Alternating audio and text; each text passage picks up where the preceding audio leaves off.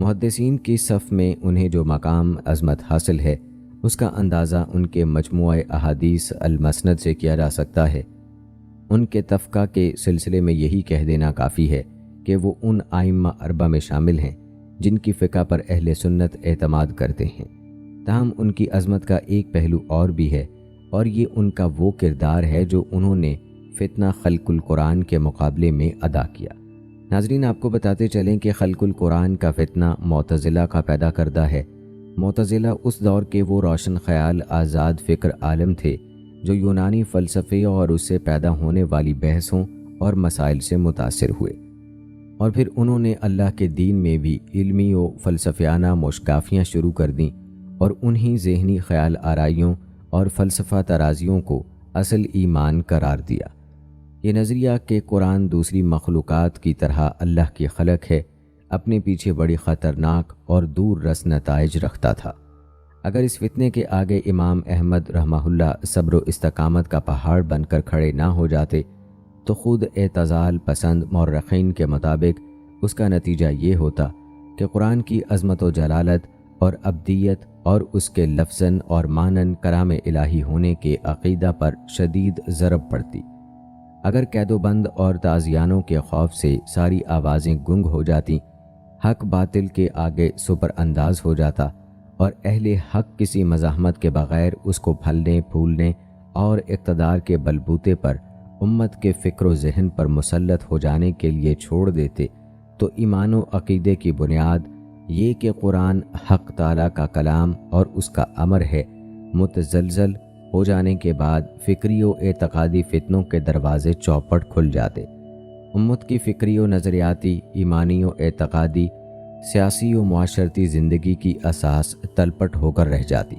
اس فتنے کا ایک پہلو اور بھی تھا، اسے تو حکومت کی سرپرستی کی بنا پر فکری و سیاسی اور معاشرتی میدانوں میں کچھ مدت دندنانے اور اپنا دور حیات پورا کر چکنے کے بعد ایک روز تاریخ کے مدفن میں اتر جانا تھا، لیکن اگر اس کی مزاحمت نہ کی جاتی تو قیامت تک اس بات کی نظیر قائم ہو جاتی کہ حکمران گمراہ کن فلسفوں سے متاثر و مرعوب ہو کر یا اپنی کجرو عقل سے گھڑ کر جو افکار چاہیں پیش کر سکتے ہیں، اور کتاب و سنت کو بالائے طاق رکھ کر اپنے ان موضوعات کو کفر و ایمان کا معیار اور مسائل اجتماعی میں آخری فیصلہ کن اتھارٹی بنا سکتے ہیں۔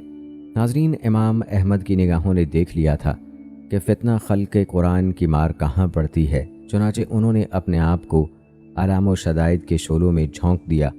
وہ جبر و جور کے آگے ڈٹ گئے، تازیانوں کی مار صبر و عزیمت کے ساتھ برداشت کر لی، اور اسلامی مملکت کی فکری اور نظریاتی اساس کو بدلنے کے عزائم خاک میں ملا دیے۔ دوستو، روایات بتاتی ہیں کہ مامون کے خلیفہ بنتے ہی معتزلہ سلطنت کے در و بست پر چھا گئے تھے، جن کا سرخیل مملکت کا قاضی القضاء احمد بن ابی داؤد تھا۔ اس سارے عرصے میں یہی لوگ مامون کے ہاتھ پاؤں بنے رہے، اور جب آخری 4 سالوں میں اس نے اپنی ساری توجیہات مملکت کو سیکولر بنانے کے عملی اقدار پر مرکوز کر دیں اور عقیدہ خلق قرآن کو اپنا سب سے بڑا ہتھیار بنا لیا، تو یہ لوگ جارحیت پر اتر آئے۔ علمی مجلسوں اور حلقوں میں یہ مسئلہ پہلے بھی موضوع بحث بنا رہتا تھا، تاہم اس کی نوعیت محض علمی ہوا کرتی تھی۔ سلطنت کی سرپرستی میسر آنے کے بعد اس نے جدال کا رنگ اختیار کر لیا۔ ممبر و محراب اس کی تبلیغ و اشاعت کا فورم بن گئے۔ محدثین اور علماء و فقہا نے کتاب و سنت کے دلائل سے اس فتنے کا رد کیا۔ اس فکری کشمکش میں اہل سنت کا پلڑا بھاری تھا۔ علمی و فکری محاذ پر شکست کھا کر مامون نے جبر و تشدد کے ذریعے اپنی فکر فاسد کو کفر و ایمان کا معیار اور امت کا عقیدہ بنانے کا فیصلہ کر لیا۔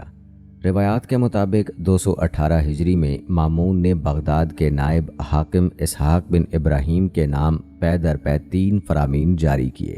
ان فرامین میں کہا گیا تھا کہ سلطنت کے تمام عام و خاص عہدیدار خلق قرآن کا عقیدہ تسلیم کرنے کا اعلان کریں۔ جو شخص اس عقیدہ یعنی خلق قرآن کو تسلیم نہیں کرے گا، اسے معزول کر دیا جائے گا۔ اس حکم کی تعمیل عدالتوں میں پیش ہونے والے گواہوں تک کے لیے لازمی قرار دے دی گئی تھی، اور کہا گیا تھا کہ جو لوگ عقیدہ خلق قرآن کا اقرار نہیں کریں گے، ان کی گواہی قبول نہیں کی جائے گی۔ یوں ایک ہی بار میں قاضیوں سمیت حکومت کے تمام چھوٹے بڑے احکام اور اہلکار سرنگوں ہو گئے۔ پہلے 2 فرامین میں ایسا لگتا تھا جیسے ایک ایسا مشفق و مہربان حکمران بول رہا ہو جو اپنی رعایا کے ایمان کی فکر میں ہلکان ہو رہا ہو، اور جسے یہ فکر کھائی جا رہی ہو کہ امت خلق قرآن کے عقیدے کو نہ مان کر شرک کی مرتکب ہو رہی ہے۔ لیکن تیسرا فرمان پہلے 2 فرامین سے یکسر مختلف تھا۔ اس کا اسلوب اور لہجہ دونوں تلوار کی کاٹ لیے ہوئے تھے۔ فرمان میں ایک ایک محدث و فقیہ و عالم پر اخلاقی و اعتقادی الزامات لگا کر اس کی کردار کشی کی گئی تھی۔ ہر ایک کا ذکر حقارت اور تمسخر کے ساتھ کیا گیا تھا۔ ایک ایک شخص کے بارے میں احکام صادر کیے گئے تھے کہ اس کے ساتھ کیا سلوک کیا جائے۔ اس فرمان کے مطابق بشر بن ولید الکندی اور ابراہیم بن المہدی قتل کر دیے گئے۔ یہ گویا اعلان و انتباہ تھا اس بات کا کہ جو لوگ ہمارے سودائے دماغ کے آگے سر نہیں جھکائیں گے ان کا حشر بھی انہی 2 سرکشوں کا سا ہو سکتا ہے۔ اور پھر بلاد اسلامیہ میں پکڑ دھکڑ شروع ہو گئی۔ اہل حق کے لیے اللہ کی زمین اپنی وسعتوں کے باوجود تنگ ہو گئی۔ جان کے خوف سے بڑے بڑے اصحاب کے قدم ڈگمگا گئے اور انہوں نے خلق قرآن کے عقیدے کا اقرار کر لیا۔ ناظرین، تاریخ روایات بتاتی ہیں کہ علماء و محدثین کی ابتلاء و آزمائش کو 4تھا مہینہ جا رہا تھا۔ اس عرصے میں سینکڑوں افراد خوف و تہدید اور حکومت کی قہرمانیت کی تاب نہ لا کر سر جھکا چکے تھے۔ امام احمد ابتدا ہی سے اس ابتلاء کا سامنا کر رہے تھے۔ یہ سب جو بھی ہو رہا تھا نفسیاتی طور پر کسی بھی شخص کو پیسنے اور کچلنے کے لیے کم نہ تھا۔ رہی صحیح کسر روزانہ 2 4 8 10 علماء اور محدثین کی پسپائی کا روح فرسا اور ہمت شکن منظر پوری کر دیتا، مگر امام صاحب اپنے موقف پر اٹل پہاڑ کی طرح قائم رہے۔ بغداد کا نائب حاکم اپنے آپ کو عزم و ثبات کے اس پیکر کے آگے بے بس پا رہا تھا کہ مامون کا تیسرا فرمان گویا اسے اس بے بسی سے نجات دلانے کی نوید بن کر آیا۔ اس نے امام صاحب کو بیڑیوں میں جکڑ کر پولیس کے ایک دستے کی حراست میں طرطوس روانہ کر دیا۔ اس سفر میں امام صاحب کے ساتھ 3 اصحاب اور بھی تھے۔ وہ ابھی تک راہ حق و صدق پر مضبوطی سے قائم رہے تھے۔ محمد بن نوح، سجاد اور عبداللہ بن عمرو القواریری روانگی سے ایک دن پہلے ان لوگوں کی مشقیں کسی گئیں اور بوجھل بیڑیاں ان کے پاؤں میں ڈالی گئیں تو سجاد کی ہمت جواب دے گئی اور روانگی کے پہلے ہی روز عقیدہ خلق القرآن کا اقرار کر کے چھوٹ گئے۔ دوسرے روز عبداللہ بن عمرو القواریری کا پایا استقامت ٹوٹ گیا اور انہیں رہائی مل گئی۔ حالات کے اذیت ناک مناظر میں یہ حادثہ پہلے حوادث سے کہیں زیادہ جاں گسل تھا۔ اب طرطوس جانے والے قافلے میں صرف 2 بلاکشاں عشق رہ گئے تھے، محمد بن نوح اور امام صاحب۔ روایات بتاتی ہیں کہ اس قافلے نے چند ہی منزلیں طے کی تھیں کہ مامون کے انتقال کی خبر ملی۔ وہ اچانک بیمار ہوا تھا اور چند روز موت و حیات کی کشمکش میں گرفتار رہ کر اپنی فرد عمل کا حساب دینے کے لیے حضور حق تعالی میں پہنچ گیا تھا۔ یوں نئے احکام صادر ہونے تک امام احمد اور ان کے جلیل القدر ساتھی کو رقہ کے زندان میں پہنچا دیا گیا۔ روایات بتاتی ہیں کہ مامون مرنے سے پہلے اپنے بھائی معتصم کو اپنا جانشین بنا گیا تھا اور وصیت کر گیا تھا کہ امور مملکت میں اس کی پالیسیوں پر کاربند رہے اور عقیدہ خلق قرآن کو مملکت کا مسلک بنانے کا مشن جاری رکھے۔ معتصم نے چھاؤنی کی تعمیر کے سوا اپنے بھائی کی تمام پالیسیوں اور وصیتوں پر پوری سرگرمی سے عمل کیا۔ دونوں قیدیوں کا سفر عشق پھر سے شروع ہو گیا۔ اب وہ واپس بغداد جا رہے تھے۔ محمد بن نوح طرطوس کے سفر ہی میں بیمار رہنے لگے تھے۔ رقہ کے زمانہ قید میں ان کی بیماری بڑھ گئی اور بغداد کی طرف روانہ ہوئے تو انہیں اللہ نے اپنے جوار رحمت میں بلا لیا، اور امام احمد رحمہ اللہ جب منزل عشق پر پہنچے تو بالکل تنہا تھے اور اس عالم میں کہ 4 بیڑیاں پاؤں میں پڑی ہوئی تھیں۔ راستے میں حکم تھا کہ سواری پر خود سوار ہوں اور خود اتریں۔ اس مشقت میں وہ کئی بار منہ کے بل گرتے گرتے بچے۔ روایات بتاتی ہیں کہ امام صاحب نے رات معتصم کے محل میں چراغ سے محروم اندھیری بندی خانہ میں رکوع و سجود میں گزاری۔ صبح ہوئی تو معتصم کا قاصد انہیں دربار میں لے گیا۔ معتصم مسند خلافت پر قہرمانی کی علامت بنا جلوہ گر تھا۔ درباری اپنے مناسب کے مطابق دست بستہ سر جھکائے آنکھیں جھکائے کھڑے تھے۔ قاضی القضاء ابن ابی داؤد اور اس کے ہم مشرب بھی بڑی تعداد میں حاضر تھے۔ اسی عہد کے بہت بڑے شافعی فقیہ ابو عبد الرحمن الشافعی کھڑے تھے۔ دربار میں سناٹا طاری تھا۔ امام صاحب کی حاضری سے چند لمحے پہلے 2 آدمیوں کی گردنیں ماری جا چکی تھیں اور ان کے لاشیں پڑے تھے۔ اس منظر نے دربار میں پھیلے ہوئے سناٹے میں دہشت کی گھمبیر لہر دوڑا دی تھی۔ امام صاحب بڑے سکون کے ساتھ دربار میں داخل ہوئے۔ دربار اور اہل دربار پر ایک اچڑتی ہوئی نظر ڈالی جو خون آلود لاشوں پر سے گزرتی ہوئی ابو عبد الرحمن الشافعی پر مرتکز ہو گئی۔ پھر ان کی آواز بلند ہوئی اور ابو عبد الرحمن سے پوچھ رہے تھے، مسح کے بارے میں تمہیں امام شافعی کا کوئی قول یاد ہے؟ امیر المومنین کو نظر انداز کر کے کسی سے کچھ پوچھنا یا بات کرنا آداب دربار کے منافی اور شاہی چوبداروں کے لیے اشتعال انگیز تھا، مگر امام صاحب کی جرت و بے اعتنائی سے سب مبہوت ہو کر رہ گئے۔ ابن ابی داؤد تو فرط حیرت سے پکار اٹھا، اس شخص کو دیکھو کہ اس کی گردن ماری جانے والی ہے، مگر یہ فقہ کے مسائل کی تحقیق کر رہا ہے۔ پھر معتصم نے انہیں اپنے قریب آنے کو کہا۔ وہ بیڑیوں میں جکڑے آگے بڑھے۔ معتصم بار بار کہہ رہا تھا، اور آگے آؤ، اور آگے آؤ، اور امام صاحب آگے بڑھتے بڑھتے اس کے بالکل قریب پہنچ گئے۔ معتصم نے انہیں بیٹھ جانے کو کہا۔ امام صاحب بیڑیوں کے بوجھ سے تھک گئے تھے، اجازت پا کر بیٹھ گئے۔ کچھ دم تک دربار میں ہیبت ناک سکوت طاری رہا، جسے امام صاحب کی آواز نے توڑا۔ وہ فرما رہے تھے، مجھے کچھ کہنے کی اجازت ہے؟ معتصم نے کہا، ہاں بولو۔ امام صاحب نے کہا، میں پوچھنا چاہتا ہوں کہ رسول اللہ صلی اللہ علیہ وآلہ وسلم نے کس چیز کی طرف دعوت دی ہے؟ امام صاحب کی آواز بلند ہو گئی تھی۔ کچھ دیر خاموشی طاری رہی، پھر معتصم نے کہا، لا الہ الا اللہ کی شہادت کی طرف۔ امام صاحب نے فرمایا، تو میں اس کی شہادت دیتا ہوں۔ پھر فرمایا، آپ کے جد امجد عبداللہ ابن عباس رضی اللہ تعالی عنہ روایت کرتے ہیں کہ جب قبیلہ عبد القیس کا وفد رسول اللہ صلی اللہ علیہ وآلہ وسلم کی خدمت میں حاضر ہوا تو انہوں نے ایمان کے بارے میں آپ سے سوال کیا۔ حضور صلی اللہ علیہ وآلہ وسلم نے فرمایا، ایمان یہ ہے کہ اس بات کی گواہی دی جائے کہ اللہ کے سوا کوئی معبود اور الہ نہیں ہے اور محمد صلی اللہ علیہ وآلہ وسلم اس کے رسول ہیں۔ نماز کی پابندی کی جائے، زکوٰۃ ادا کی جائے اور مال غنیمت میں سے 5واں حصہ نکالا جائے۔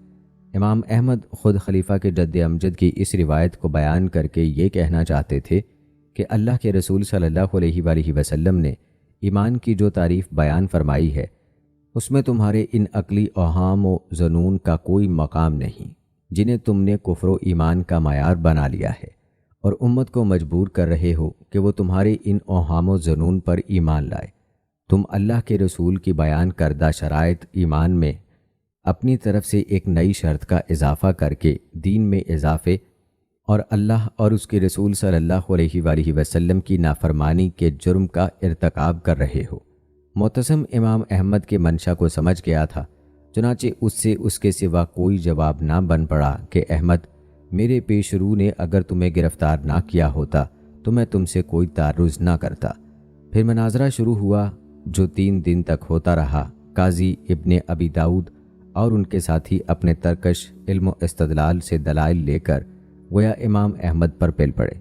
امام صاحب ان کے ایک ایک سوال کا جواب دیتے اور ایک ایک دلیل کا رد کرتے اور فرماتے، یہ سب باتیں محض تمہاری عقل کی سرگشتگی اور وہم و گمان کے تیر تکے ہیں، یہ کسی مسلمان کے لیے حجت نہیں بن سکتی۔ حجت اور دلیل صرف کتاب و سنت ہے، کتاب و سنت سے کوئی دلیل ہے تو لاؤ۔ ان کی غیرت حق میں ڈوبی ہوئی آواز سب سے بلند اور سب پر غالب ہوتی۔ معتصم امام صاحب کے طرز استدلال پر بھنا اٹھتا اور کہتا، احمد اللہ تم پر رحم کرے، تم کیا کہہ رہے ہو؟ امام صاحب فرماتے، امیر المومنین، مجھے اللہ کی کتاب اور رسول اللہ صلی اللہ علیہ وآلہ وسلم کی سنت سے دلیل دی جائے، میں اس کے آگے سر تسلیم خم کر دوں گا۔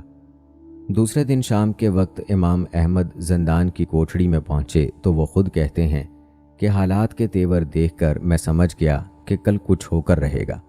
میں نے ڈوری منگوائی اور اس سے اپنی بیڑیوں کو کس لیا اور جس ازار بند میں بیڑیاں باندھ رکھی تھیں اس کو اپنے پجامے میں پھر ڈال لیا کہ کوئی سخت وقت آ جائے تو برہنہ نہ ہو جاؤں۔ تیسرے روز امام صاحب کو بغداد کے گورنر کے پاس لایا گیا۔ اس نے ان کے اس خدشے کی گویا تصدیق کر دی اس نے کہا احمد تم اپنی زندگی سے بیزار نظر آتے ہو، لیکن امیر المومنین تمہیں اپنی تلوار سے قتل نہیں کریں گے بلکہ تعذیب و اذیت کی مار ماریں گے۔ انہوں نے قسم کھائی ہے کہ اگر تم نے ان کی بات نہ مانی تو مار پر مار پڑے گی اور تمہیں ایسی جگہ ڈال دیا جائے گا جہاں تم کبھی سورج نہ دیکھ سکو گے۔ اس دھمکی کے بعد انہیں معتصم کے دربار میں پہنچا دیا گیا اور پھر تعذیب و اذیت کا وہ عمل شروع ہو گیا جسے خاصان الہی کو اعلاء کلمت الحق کا فریضہ ادا کرتے اور راہ حق و صداقت پر چلتے ہوئے کسی نہ کسی شکل میں گزرنا پڑا ہے۔ اس داستان کرب و ستم کو ہم ابو الکلام آزاد سے مستعار لے کر بیان کرتے ہیں کہ اس سے بہتر الفاظ میں آج تک کوئی کلم و دعوت و عزیمت کے اس باب کو رقم نہیں کر سکا۔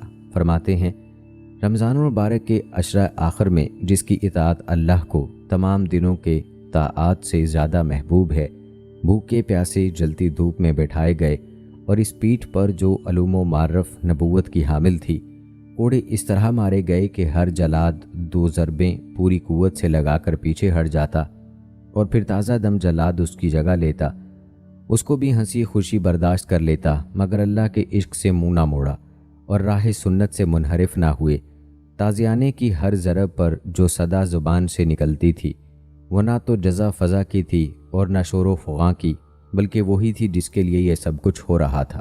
القرآن کلام اللہ غیر مخلوق، قرآن اللہ کا کلام ہے اور غیر مخلوق ہے۔ خود معتصم باللہ سر پر کھڑا تھا، جلادوں کا مجمع چاروں طرف سے گھیرے ہوئے تھا اور وہ بار بار کہہ رہا تھا اے احمد، میں تم پر اپنے بیٹے ہارون سے بھی زیادہ شفقت رکھتا ہوں، اگر تم خلق قرآن کا اقرار کر لو تو قسم خدا کی ابھی اپنے ہاتھوں سے تمہاری بیڑیاں کھول دوں گا۔ لیکن اس پیکر حق اور مجسمہ سنت کی زبان صدق سے صرف یہی جواب نکلتا تھا، اللہ کی کتاب میں سے کچھ دکھلا دو یا اس کی رسوائی کا کوئی قول پیش کر دو تو میں اقرار کر لوں گا، اس کے سوا میں اور کچھ نہیں جانتا۔ جب معتصم عاجز آ کر قاضی ابن ابی داؤد اور اس کے ہم نوا علماء سے کہتا اس سے مناظرہ اور بحث کرو، اور وہ کتاب و سنت کے میدان میں عاجز آ کر اپنے اوہام و فنون باطلہ کو باہم عقل و رائے سے پیش کرتے تو وہ اس کے جواب میں بول اٹھتے میں نہیں جانتا یہ کیا بلا ہے، اللہ کی کتاب میں سے کچھ دکھلا دو یا اس کے رسول کا کوئی قول پیش کر دو تو میں اقرار کر لوں گا، اس کے سوا میں اور کچھ نہیں جانتا۔ جب معتصم باللہ نے جلادوں کو ضرب تازیانہ لگانے کا حکم دیا تو علماء اہل سنت بھی دربار میں موجود تھے، جو شدت محن و مصائب کی تاب نہ لا سکے اور اقرار کر کے چھوٹ گئے تھے۔ ان میں سے بعض نے کہا احمد خود تمہارے ساتھیوں میں کسی نے ایسی ہٹ کی جیسی تم کر رہے ہو؟ امام احمد نے کہا یہ تو کوئی دلیل نہ ہوئی، اللہ کی کتاب میں سے کچھ دکھلا دو یا اس کے رسول کا کوئی قول پیش کر دو تو میں اقرار کر لوں گا، اس کے سوا میں اور کچھ نہیں جانتا۔ عین حالت صوم میں کہ پانی کے صرف چند گھونٹ پی کر روزہ رکھ لیا تھا، تازہ دم جلادوں نے پوری قوت سے کوڑے مارے، یہاں تک کہ تمام پیٹھ زخموں سے چور ہو گئی اور تمام جسم خون سے رنگین۔ روایات میں آتا ہے کہ 19 کوڑے لگ چکے تو معتصم امام صاحب کے پاس آیا اور کہنے لگا احمد کیوں اپنی جان کے در پہ ہو؟ باخدا مجھے تمہارا بہت خیال ہے، اپنی ہٹ چھوڑ دو۔ مگر امام صاحب کا عجب عالم تھا، انسان نما درندے انہیں بھنبوڑنے کو تیار کھڑے تھے۔ عجیف نامی ایک شخص انہیں اپنی تلوار سے کچوکے دیتا اور کہتا کہ تم ان سب لوگوں پر غالب آنا چاہتے ہو۔ کوئی کہتا خلیفہ تمہارے سر پر کھڑا ہے اور تم سرکشی کر رہے ہو۔ کوئی چاپلوسی کرتے ہوئے کہتا امیر المومنین روزے سے ہیں اور دھوپ میں کھڑے ہوئے ہیں۔ معتصم پھر کہتا احمد ضد چھوڑ دو، مگر امام صاحب اس کو وہی جواب دیتے اور معتصم بفر کر پھر کوڑے مارنے کا حکم دیتا اور مشق ستم پھر شروع ہو جاتی۔ اس واقعے کے ایک عینی شاہد کہتے ہیں کہ امام روزے سے تھے، میں نے کہا بھی کہ آپ روزے سے ہیں، اپنی جان بچانے کے لیے رخصت کی راہ اختیار کر لیں، اور پھر یہ کہ اس عقیدے کا اقرار کرنے کی گنجائش بھی ہے، لیکن انہوں نے میری اس بات پر ذرا دھیان نہ دیا۔ ایک مرتبہ پیاس کی شدت انتہا کو پہنچ گئی تو پانی طلب فرمایا، چنانچہ برفاب سے بھرا ہوا پیالہ پیش کیا گیا۔ امام نے اس کو ہاتھ میں لیا، کچھ دیر اس کی طرف دیکھتے رہے اور پھر پیے بغیر پیالہ واپس کر دیا۔ اس اثنا میں امام صاحب کی حالت بگڑ گئی، ان کے حواس جاتے رہے، پھر انسانی درندے ان پر ٹوٹ پڑے، انہیں اوندھے منہ گرا دیا اور روندنے لگے۔ وہ بے ہوش ہو چکے تھے۔ خود کہتے ہیں کہ جب ہوش آیا تو میں نے دیکھا کہ میری بیڑیاں کھول دی گئی ہیں، چند آدمی پانی لائے اور کہا لو پانی پی لو، مگر میں نے انکار کر دیا کہ روزہ نہیں توڑ سکتا۔ وہاں سے مجھے اسحاق بن ابراہیم کے قصر میں لے گئے۔ ظہر کی نماز کا وقت ہو گیا تھا۔ ابن سما نے امامت کی اور میں نے نماز پڑھی۔ ابن سما نے کہا تم نے نماز پڑھی حالانکہ خون تمہارے کپڑوں میں بہہ رہا ہے، یعنی دم جاری و کثیر کے بعد طہارت کہاں رہی؟ میں نے جواب دیا میں نے وہی کیا جو حضرت عمر رضی اللہ تعالی عنہ نے کیا۔ صبح کی نماز پڑھ رہے تھے کہ انہیں قاتل نے زخمی کیا اور اسی حالت میں انہوں نے نماز پوری کی۔ ناظرین، ابوالکلام آزاد نے اس ساری صورتحال پر بڑے خوبصورت پیرائے میں یوں تبصرہ کیا ہے: میں کہتا ہوں کہ جو خون اس وقت امام احمد بن حنبل کے زخموں سے بہہ رہا تھا، اگر وہ خون ناپاک تھا اور اس کے ساتھ نماز نہیں ہو سکتی تھی، تو پھر دنیا میں اور کون سی چیز ایسی ہے جو پاک کر سکتی ہے، اور کون سا پانی ہے جو طاہر و مطہر ہو سکتا ہے؟ اگر یہ ناپاک ہے تو دنیا کی تمام ناپاکیاں اس ناپاکی پر قربان، اور دنیا کی ساری طہارتیں اس پر سے نچھاور۔ یہ کیا بات ہے کہ پاک سے پاک اور مقدس سے مقدس انسان کی میت کے لیے بھی غسل ضروری ٹھہرا؟ میت کو پانی اور بیری کے پتوں سے غسل دو اور اسے 2 کپڑوں میں کفناؤ، مگر شہداء حق کے لیے یہ بات ہوئی کہ ان کی ناپاکی شرمندہ آب غسل نہیں۔ حضور صلی اللہ علیہ وآلہ وسلم نے شہداء کی نماز جنازہ پڑھی، نہ انہیں غسل دیا گیا، بلکہ فرمایا ان کے خون کے رنگے کپڑوں کو ان سے الگ نہ کیجیے، اور اسی لباس گلگوں اور خلط رنگی میں وہاں جانے دیجیے جہاں ان کا انتظار کیا جا رہا ہے، اور جہاں خون عشق کے سرخ دھبوں سے بڑھ کر شاید اور کوئی نقش و نگار عمل مقبول محبوب نہیں۔ روایات بتاتی ہیں کہ امام احمد اپنی گرفتاری کے بعد 28 مہینے تک قید و بند کی اذیتوں میں مبتلا رہے۔ ان کو 33-34 کوڑے مارے گئے اور اتنی قوت سے مارے گئے کہ ایک راوی محمد بن اسماعیل کے مطابق اگر کسی ہاتھی کو مارے جاتے تو وہ بھی چیخ کر بھاگ اٹھتا۔ یہ سارا عرصہ امام صاحب نے بڑے حوصلے اور جرت و وقار کے ساتھ گزارا۔ بغداد کا کوتوال ابراہیم بن مصعب امام صاحب، جس کی تحویل میں تھے، کہتا ہے کہ میں نے احمد سے زیادہ جری اور دلیر کوئی شخص نہیں دیکھا۔ ان کی نگاہ میں ہم لوگوں کی حیثیت مکھی سے زیادہ نہ تھی۔ آخر امام صاحب کی صبر و استقامت کے آگے ظالموں کا جبر و تشدد جواب دے گیا، چنانچہ انہیں رہا کر دیا گیا، اور اس حالت میں کہ گھر پہنچے کہ زخموں سے چور تھے، اور صحت یاب ہونے پر درس حدیث پھر شروع کر دیا۔ ناظرین، روایات بتاتی ہیں کہ معتصم کے بعد واسق تخت خلافت پر بیٹھا۔ اس نے جسمانی ایذا تو نہیں دی، البتہ امام صاحب کو ان کے گھر میں نظر بند کر دیا۔ کسی کو ان سے ملنے جلنے کی اجازت نہ تھی، نماز بھی وہ گھر میں پڑھا کرتے۔ بڑے بڑے ائمہ نے اعتراف کیا کہ اگر کسی کو دیکھو کہ وہ امام احمد بن حنبل سے محبت رکھتا ہے تو جان لو کہ وہ صاحب سنت ہے۔ ایک اور صاحب علم و فکر نے کہا، کسی شخص کو امام احمد بن حنبل کا ذکر برائی سے کرتا ہوا سنو تو اس کے اسلام کو مشکوک سمجھو۔ دوستو، یاد رکھیں اللہ تعالیٰ نے اس دین کے غلبہ حفاظت کا کام 2 اصحاب سے لیا ہے جن کا کوئی تیسرا ہمسر نظر نہیں آتا۔ فتنہ ارتداد کے موقع پر حضرت ابو بکر صدیق رضی اللہ تعالی عنہ، اور فتنہ خلق قرآن کے سلسلے میں احمد بن حنبل۔ روایات بتاتی ہیں کہ فتنے کا طوفان واسق کے عہد میں اترنے لگا، اہل فتنے کا زور ٹوٹنے لگا، اور جن باتوں پر خلیفہ کے دربار میں اور اہل علم و دانش کی مجلسوں میں سر دھنے جاتے رہے، وہ مسخروں کا موضوع تمسخر و تضحیک بن گئے۔ خلیفہ واسق نے اگرچہ تشدد کی پالیسی نہیں اپنائی تھی، تاہم وہ اس فتنے کا اپنے پیشروؤں ہی کی طرح سرپرست اور مربی تھا۔ وقت گزرنے کے ساتھ ساتھ وہ غیر جانبدار ہوتا چلا گیا تھا۔ اس کے مرنے کے بعد متوکل خلیفہ تھا تو فتنے کے رہے سہے بادل بھی چھٹ گئے اور مطلع بالکل صاف ہو گیا۔ کہتے ہیں متوکل نے امام احمد کی نظر بندی ختم کر دی اور پچھلے مظالم کے اپنے جود و کرم سے تلافی کرنا چاہی اور انعام و عطیات سے نوازنے کی کوشش کی۔ ترغیب و تحریض کے سنہرے جال بڑے ہی پرکشش ہوتے ہیں۔ انسان بسا اوقات اپنے عقیدے اور ایمان کے تحفظ کی خاطر اور حق و صدق کے اصولوں پر قائم رہنے کے لیے ہر قسم کے مصائب و شدائد سہ لیتا ہے، لیکن جب تحریض و ترغیب کا دام پھینکا جاتا ہے تو وہ اس کے کشش انگیز حلقوں کا شکار ہو جاتا ہے۔ اس طرح ترغیب و تحریض کی ابتلا جسمانی سے زیادہ مہلک ہو جاتی ہے۔ امام صاحب جنہوں نے کوڑوں کی مار بڑے تحمل سے برداشت کر لی تھی، اس تازہ دم آزمائش پر چیخ اٹھے کہ یہ آزمائش کوڑوں کی مار سے زیادہ سخت ہے، تاہم انہوں نے اپنے دامن کو اس آلائش سے آلودہ نہ ہونے دیا۔ روایات میں آتا ہے ایک بار انہوں نے متوکل کے بھیجے ہوئے 1,00,000 کے خطیر عطیے کو واپس کرتے ہوئے فرمایا، میں اپنے مکان میں اپنے ہاتھ سے اس قدر کاشتکاری کر لیتا ہوں جو میری ضروریات کے لیے کفایت کرتی ہے، اس بوجھ کو اٹھا کر کیا کروں گا؟ کہا گیا کہ اپنے صاحبزادے سے کہیے کہ وہ لے لیں۔ فرمایا وہ اپنی مرضی کا مالک ہے۔ ان کے صاحبزادے نے بھی عطیہ لینے سے انکار کر دیا تو امام صاحب سے کہا گیا کہ امیر المومنین کا حکم ہے کہ خود نہیں لینا چاہتے تو نہ لیجئے، بس قبول کر کے فقراء و مساکین میں تقسیم کر دیجئے۔ فرمایا امیر المومنین کے محل کے نیچے فقیروں کا ہجوم رہتا ہے، یہ رقم فقیروں ہی کو دینی ہے تو وہیں دے دی جائے، یہاں میرے غریب خانے کے سامنے ہنگامہ کھڑا کرنے کی کیا ضرورت ہے؟ یہ فتنہ خلق قرآن کے بچے کھچے حامی جنہیں اب بھی دربار میں اثر و رسوخ حاصل تھا، خلیفہ کے کان بھر رہے تھے کہ امام صاحب نے خلافت کے دشمن کسی علوی کو پناہ دے رکھی ہے۔ امام صاحب کے بہی خواہوں کا اصرار تھا کہ ایسی فضا میں عطیات شاہی قبول کرنے سے انکار سنگین غلط فہمی پیدا کرنے کا موجب ہو سکتا ہے، اس لیے انہیں بادل ناخواستہ چند عطیات کو قبول کرنا پڑا، لیکن وہ ان عطیات کو ہاتھ تک نہ لگاتے، اپنے صاحبزادے کو حکم دیتے کہ خلیفہ کی بھیجی ہوئی اس رقم کو صبح ہوتے ہی اہل حاجت میں تقسیم کر دیں۔ بعد میں جب غلط فہمیاں اور پھیلائی ہوئی بدگمانیاں دم توڑ گئیں تو خود متوکل نے انہیں اختیار دے دیا کہ عطیہ شاہی کو قبول کریں یا مسترد، ان کی مرضی پر موقوف ہے، چنانچہ یہ مجبوری کا سلسلہ ختم ہو گیا۔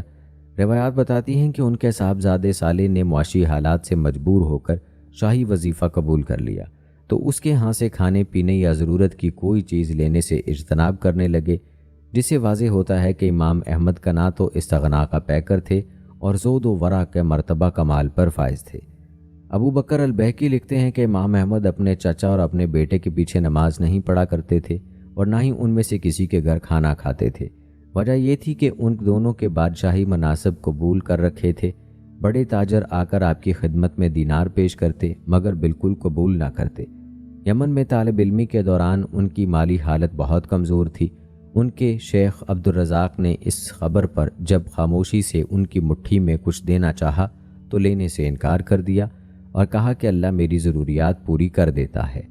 کہتے ہیں ان کی صحبت لوگوں کو آخرت یاد دلا دیتی تھی، دنیاوی باتوں میں بالکل نہیں الجھتے تھے۔ ایک مرتبہ ان سے پوچھا گیا متوکل کون ہوتا ہے؟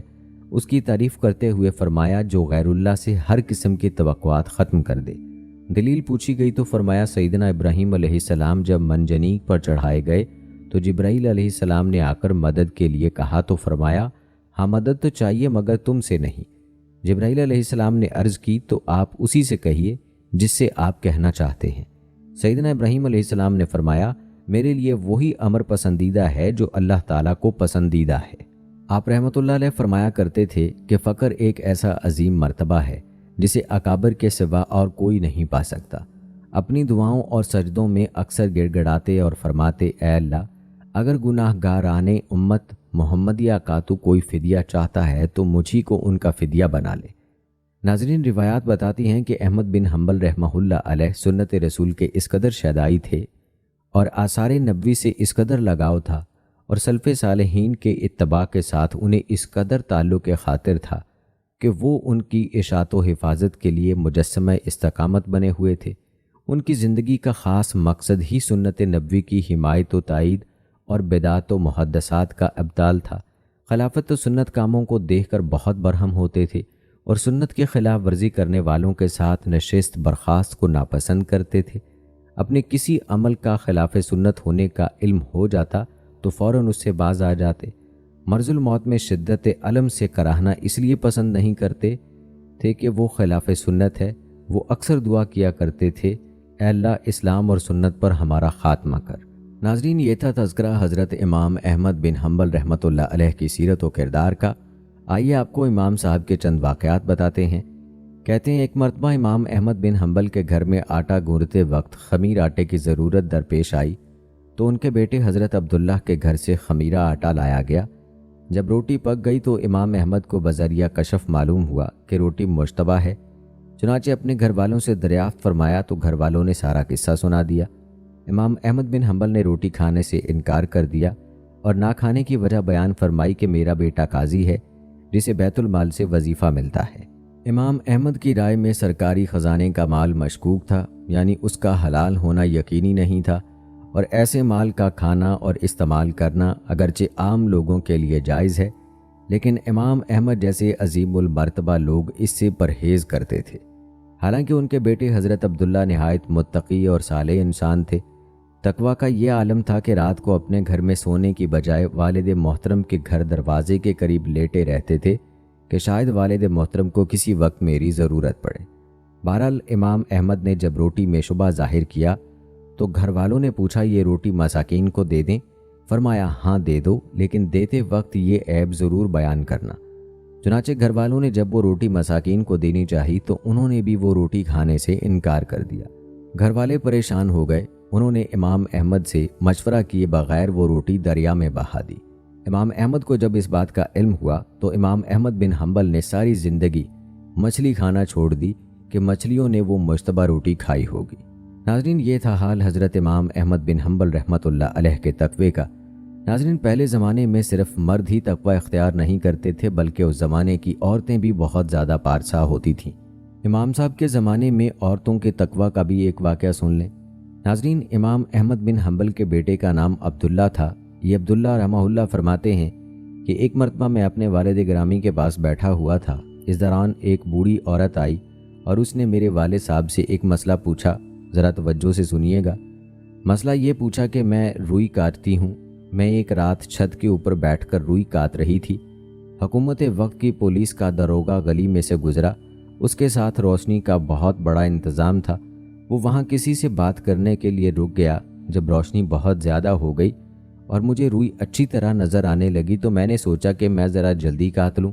چنانچہ میں نے جلدی روئی کاٹی۔ جب وہ داروغہ ابن طاہر چلا گیا تو بعد میں مجھے خیال آیا کہ ان کا پیسہ تو مشتبہ قسم کا ہوتا ہے اور میں نے اس کی روشنی سے فائدہ اٹھایا ہے۔ اب یہ روئی میرے لیے جائز ہے یا نہیں؟ امام احمد بن حنبل نے جواب دیا، تم اس ساری روئی کو صدقہ کر دو، اللہ تمہیں اور رزق عطا فرما دیں گے۔ حضرت عبداللہ کہتے ہیں کہ میں یہ سن کر بڑا حیران ہوا کہ یہ کیا جواب ہوا۔ جواب تو یہ ہونا چاہیے تھا کہ جتنی مقدار اس روشنی میں کاتی اتنا صدقہ کرو، لیکن ابا جی نے فرمایا کہ ساری روئی صدقہ کر دو۔ اس کے بعد وہ عورت چلی گئی۔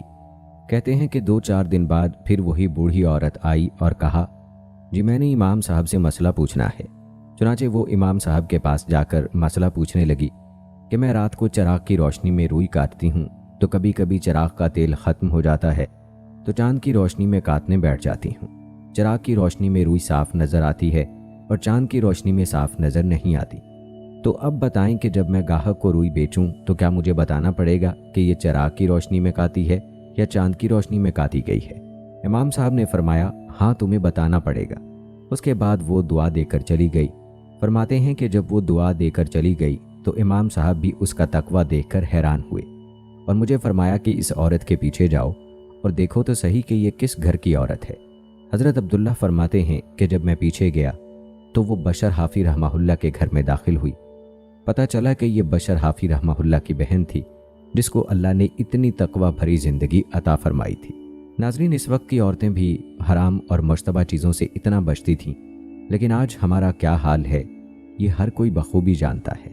اللہ تعالیٰ سے دعا ہے کہ اللہ تعالیٰ ہمیں بھی اسی طرح کا تقویٰ نصیب فرمائے، آمین۔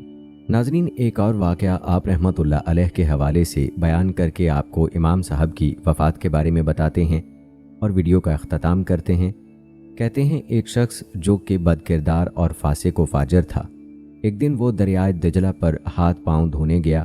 اتفاق سے حضرت سیدنا امام احمد بن حنبل رحمۃ اللہ علیہ دریا پر وضو کر رہے تھے اور وہ شخص اوپر بیٹھا تھا جس طرف سے پانی آ رہا تھا۔ اس کو خیال آیا کہ یہ بڑی بے ادبی کی بات ہے کہ امام وقت وضو کر رہا ہو اور میرے جیسا ایک نالائق انسان ان سے اوپر بیٹھ کر پاؤں دھوئے۔ یہ خیال آتے ہی وہ اپنی جگہ سے اٹھا اور امام احمد بن حنبل رحمۃ اللہ علیہ سے نیچے بہاؤ کی طرف آ بیٹھا اور ہاتھ پاؤں دھو کر چلا گیا۔ جب وہ شخص مر گیا تو ایک بزرگ کو خیال آیا کہ فلاں آدمی بڑا فاسق و فاجر تھا، دیکھے تو صحیح کہ اس کے ساتھ کیا معاملہ پیش آیا۔ انہوں نے اس کی قبر پر جا کر مراقبہ کیا اور اس سے پوچھا، بتا تیرے ساتھ کیا معاملہ پیش آیا؟ اس نے کہا، اللہ تعالیٰ کا شکر ہے کہ میری بخشش صرف ایک گھڑی امام احمد بن حنبل رحمہ اللہ کے ساتھ ادب کرنے کی وجہ سے ہوئی